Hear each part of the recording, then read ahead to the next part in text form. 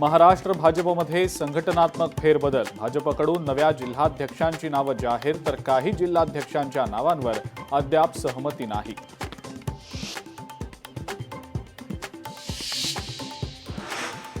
आशा सेविका 20 मे पासून संपावर जाणार। प्रलंबित मागण्यांसाठी आशा सेविकांचा संप। आशा सेविकांचा डिसेंबर पासूनचा मोबदला प्रलंबित।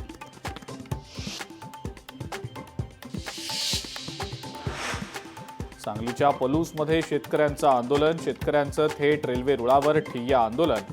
संपादित करण्यात आलेल्या जमिनीचा मोबदला मिळावा या मागणीसाठी शेतकरी आक्रमक।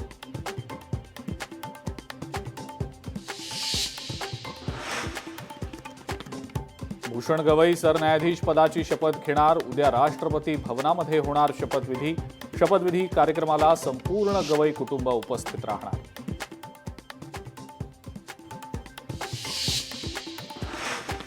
पालघर जिल्ह्याला अवकाळी पावसानं झोडपलं। अवकाळी पावसामुळे वीट उत्पादकांचं नुकसान। वीटभट्टी व्यवसायावर हजारो कामगारांचा उदरनिर्वाह।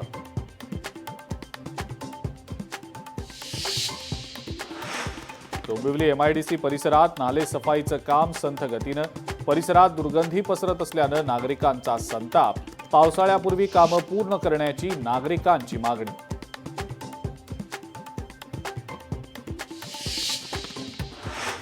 भिवंडीच्या कल्हेरमध्ये भीषण अपघात। टेम्पो चालकाचा वाहनावरचं नियंत्रण सुटल्यानं अपघातात एक तरुण गंभीर जखमी।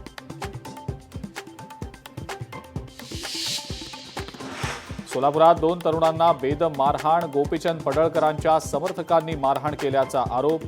या प्रकरणी कोणताही गुन्हा दाखल नाही।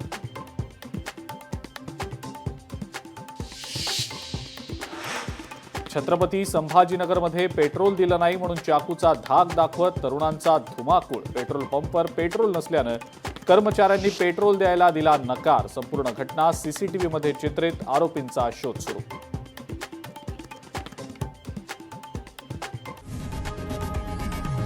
लोकशाही मराठी ऐका, पहा, जागरूक रहा।